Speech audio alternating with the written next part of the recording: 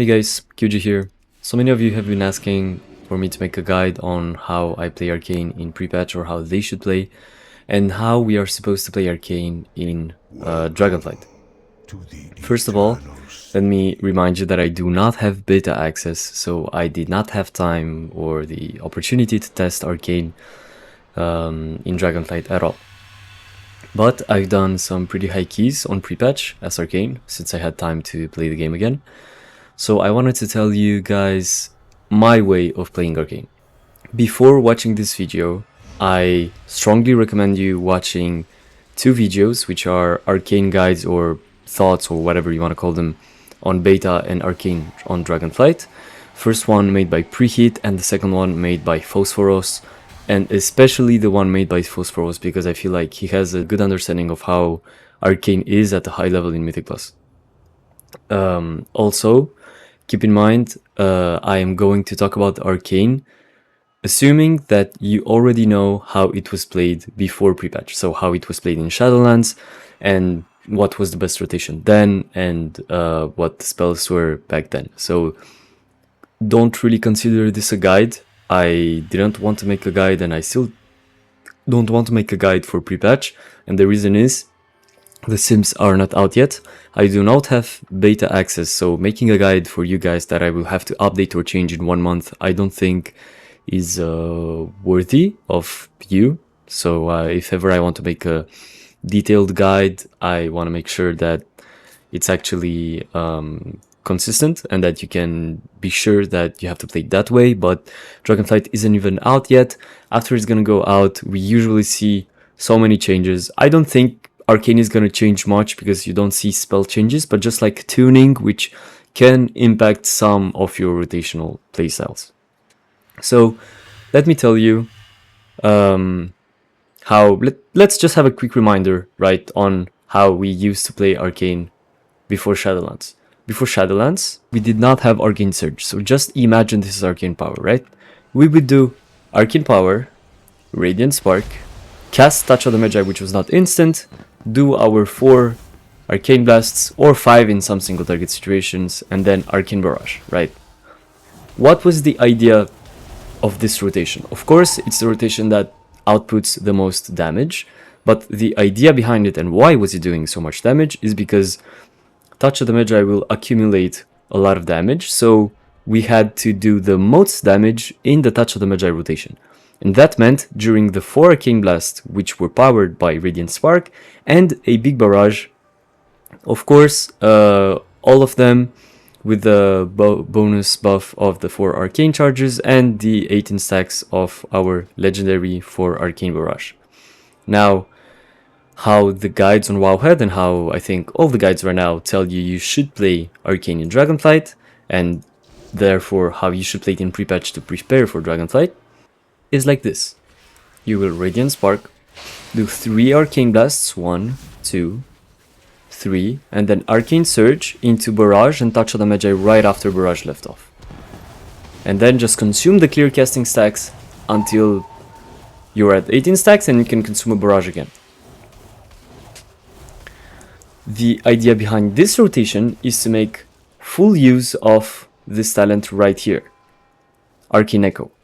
So for every damage, direct damage that you do to the target, it's going to explode if it's affected by Touch of the Magi, and that does damage to itself and the targets nearby it, right?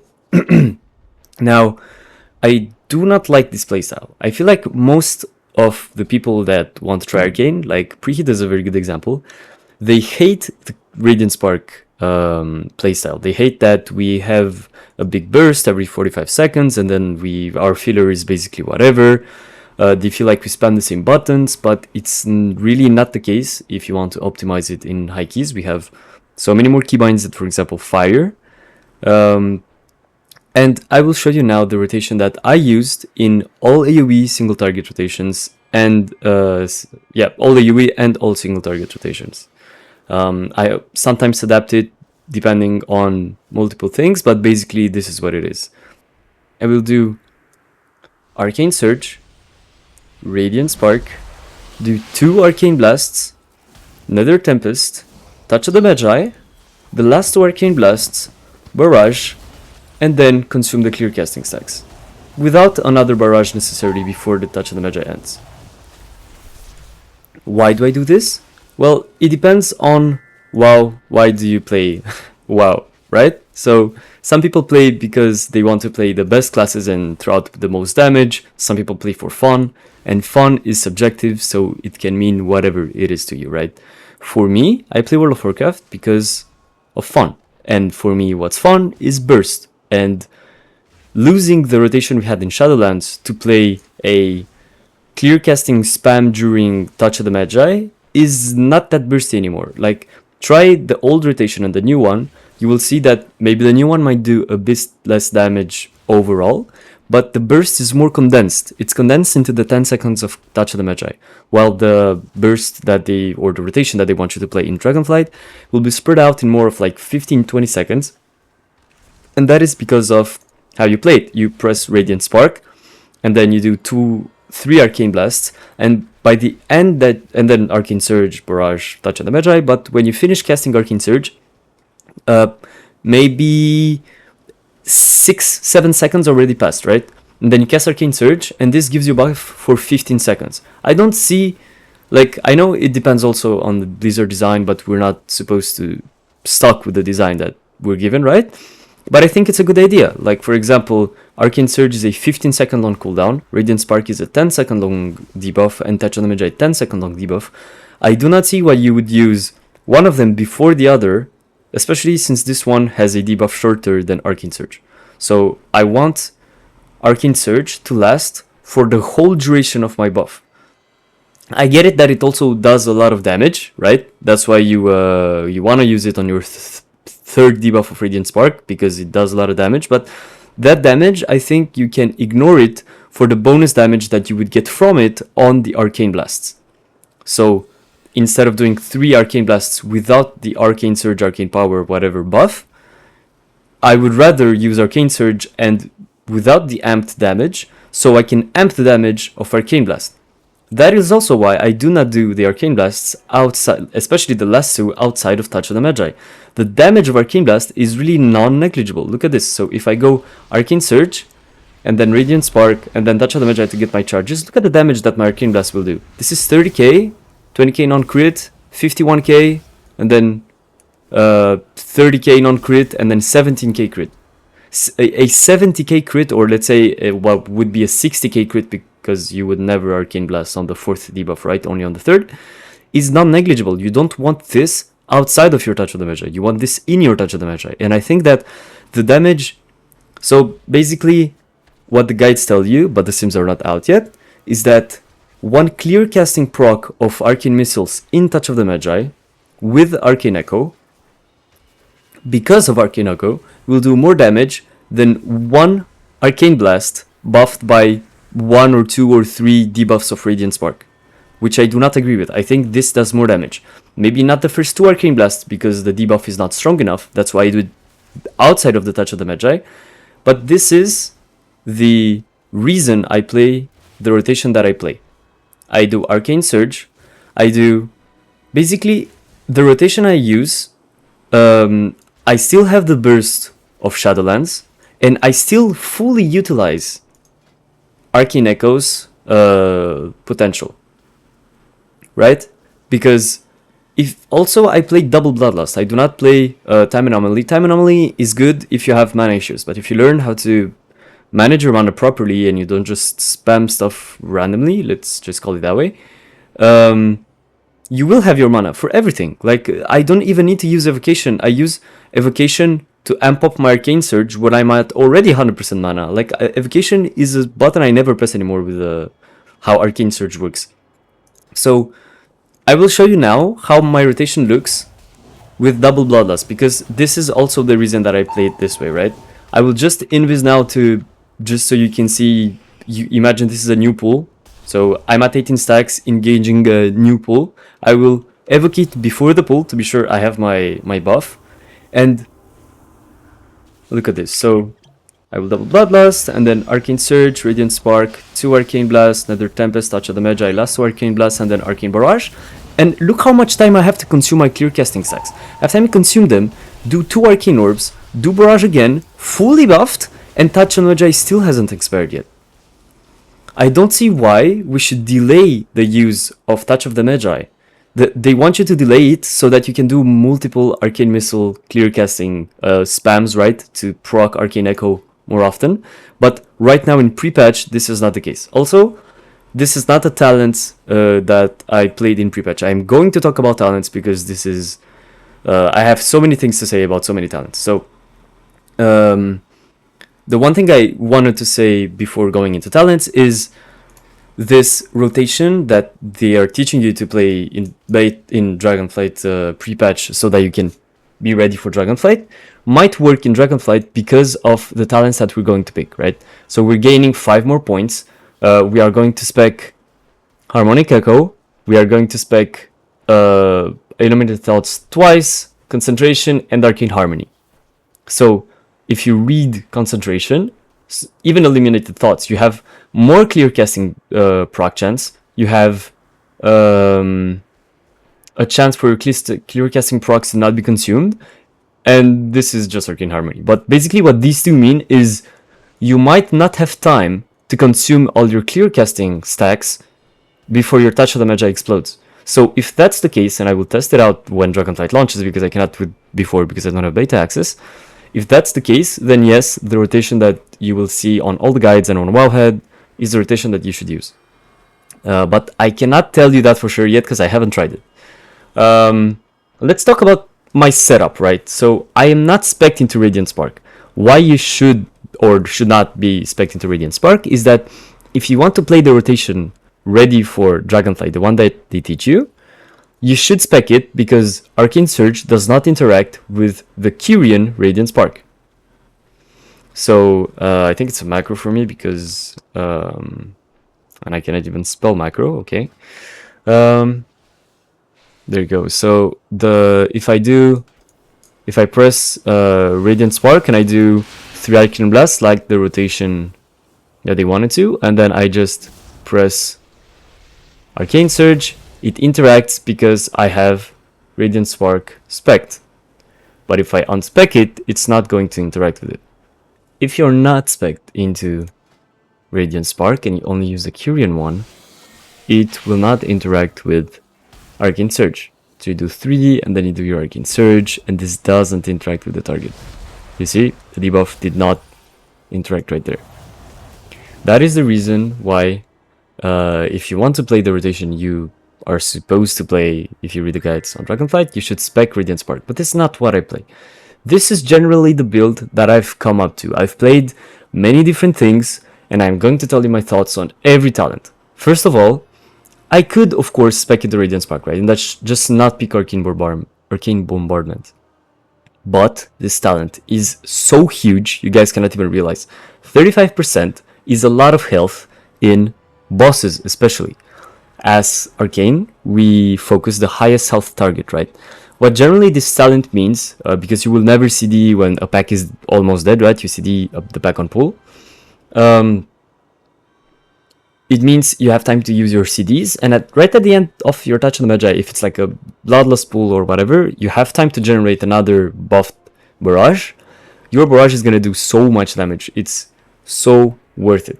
On bosses in Fortified, I find that they last exactly long enough for this talent to be perfect. So I use my CDs on pull, I use my mini burn of 45 seconds later, and then another 45 seconds later, so 1 minute 30 into the fight, I have my CDs again, and the boss is at around 40% HP.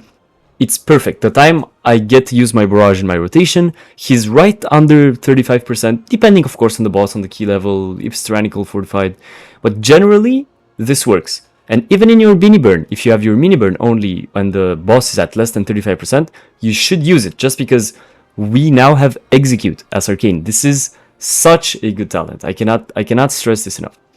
Now, I want to talk to you guys about one talent which I played a lot and was this one. I thought that this would be very OP, and let me tell you the reasoning for why I thought this was OP. So in either rotation that you want to use, after your Barrage, you will spam Arcane Missiles. So having a buff of haste in that small Arcane Missile spam duration is much more important than the haste outside of it. So if you could get like a lot of haste only for that amount of time, it would be great. And this is exactly what it is.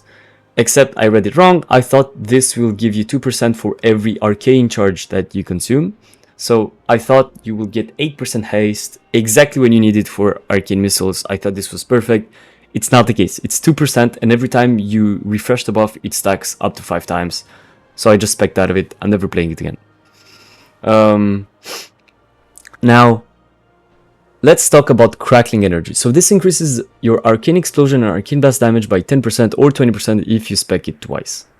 This talent is not that important. Why? First of all, we do not use arcane explosion almost at all anymore. Like, it's in some very big AoE cases. In your filler you should use it, or even in like 5, 6, 7 targets. I'm not sure exactly how many, but there are some situations in which I feel this does more damage than just spamming arcane missiles and then doing arcane orb, right?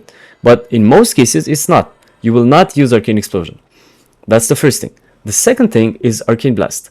Never use arcane blast outside of your CDs. Never. It's worthless. It does no damage. It does a lot of damage with the Radiant Spark, much more than arcane missiles or anything else, except barrage, of course. It does a lot of damage then. But if, let's say, you are outside of your CDs and just have 4 stacks of arcane stacks, I don't know how you call them, just 4 stacks of arcane charges. Yeah, there you go. Don't spam arcane blast. It doesn't do enough damage.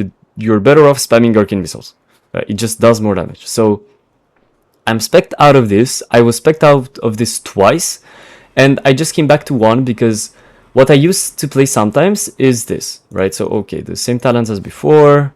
I used to play the speed on Arcane Barrage. I feel like the speed is underrated. This is so strong. You are so mobile as Arcane if you pick this, because you have the same mobility as Fire and Frost, except you also always move with 50% increased speed, because you always barrage. You barrage so often. Like, this is so good. But I spec out of it because it's not mandatory, and I do more damage, of course. Not much more, but 10% more if I spec this. Why don't I spec it twice? It's for me to play Impetus. This talent is very strong. I don't think you guys realize. So, Arcane Blast has a 10% chance to generate you an additional Arcane Charge. If you were to gain an Arcane Charge while at maximum charges, instead gain 10% Arcane damage for 10 seconds. This 10% Arcane damage doesn't have a 10% chance. So, if you're at 4 charges and you press Arcane Blast, you will get this bonus for 10 seconds. Why is this so good? Because you never use Arcane Blasts when you don't have 4 Arcane Charges. You don't use Arcane Blast to generate the Arcane Charges, but to do damage with Arcane Blast on Radiant Spark when you already have 4 Arcane Charges. How this talent benefits you in every rotation that you use is that we use Radiant Spark and then we do 4 Arcane Blasts, or like 3 Arcane Blasts and an Arcane Surge if you use the rotation they want you to play in Dragonflight. If you do this, your last Arcane Blast is going to be with 4 Arcane Charges, which means every time you CD, Big Burn or Mini Burn, you will get this bonus for the exact same duration that your Touch of the Magi lasts, so 10 seconds. So this talent is actually very strong. Losing 10% damage on Arcane Blast to gain 10% damage on all of your spells in your burst when you are a bursty class is definitely worth it. So this talent is very, very underrated. I think you should play it very often. Apart from this, the only thing I am changing when I play is just general 3 talents, right? I can spec out of Tempest Barrier to spec into Winter's Protection if I feel like I have to Ice Block more often than I can blink. I'm specking out of Shimmer in Streets because I can blink the containment in the first boss. So I play Icy Flows, but I never even press them because I don't need to. I sometimes spec out of the second Blast Wave because this Blast Wave without the second... what was I saying? So yeah, playing Blast Wave without the second Blast Wave is just a DB basically. It's an AoE DB. So yeah, I'm just this is more defensive than speed. I can play Dickers if I want, but I honestly, nothing matters here except double Bloodlust. Except double Bloodlust and 2% extra crit chance, nothing matters. But I really wanted to share my thoughts with you guys on these talents. So Lastly, when I'm going to be in Dragonflight, I feel like I'm going to try to play Arcane Bombardment more than I will play Enlightened. This is very good because having more mana regeneration means we can pick less mastery, which means we can pick more crit, versa, and haste, and especially more crit. And having this is basically mastery stat. This is what this is. It gives you a lot of passive mastery that doesn't increase your damage, but doesn't allow you to go out of mana that fast, so you can put your stats into something else. So this is very strong. I will not spec out of Siphon Storm. I love the Siphon Storm playstyle. It reminds me of the Ajara trinket when I was playing Fire Mage in BFA. But Arcane Bombardment is so strong. I love the Radiant Spark playstyle, so I don't even know if I'm going to try the Orb Barrage build where I just spam clear casting missiles and orbs all the time. I don't want a constant spec damage. If I want constant damage and not burst, I will play fire because we have 85% uptime on combust in single target and like 40% outside of single target. So you have combust all the time. It's not bursty. We have 2 buttons to press, Fire Blast and Power Blast. You could macro them together and just press 1 button. That's boring to me. I want to have burst. And even though it looks like I'm doing the same rotation, I just wanted to show you what my base rotation looks like, right? But I will sometimes improvise. So for example, if I see that I will do my rotation, but I don't have any clear casting procs, for some reason, it just happens, right? If I do that, I will press Touch of the Magi earlier, because if not, I will waste Touch of the Magi. If I do 2 Arcane Blasts and then Touch of the Magi and then 2 Arcane Blasts and then I don't have clear casting stacks, or I only have 1 to consume, then basically Touch of the Magi just stays on my target with me spamming Arcane Missiles without clear casting procs, and that does no damage. So I'm better off pressing it earlier. If I see that I have already 3 stacks of Arcane Missiles, I will delay my Touch of the Magi by 1 more blast. So I will do 3 Arcane Blasts, Touch of the Magi, Arcane Blast, and then Barrage. So I can fit in more clear casting missiles. I'm adapting it depending on how many clear casting procs I have. These were my thoughts, guys, and I will try to make a very detailed guide on how you should play Arcane Mage in Dragonflight. But I'm waiting for Dragonflight to come out so I can properly test it and test it at a high level, just like I tested Arcane in pre-patch right now. You can see these are the keys I managed to time in just a few weeks of coming back to the game. Thank you guys for watching, and if you have any questions, ask them in the comments below. Don't forget, please watch the other guides on YouTube, and a big shout out to especially Foes for Us, who does an amazing job of testing Arcane for us in beta.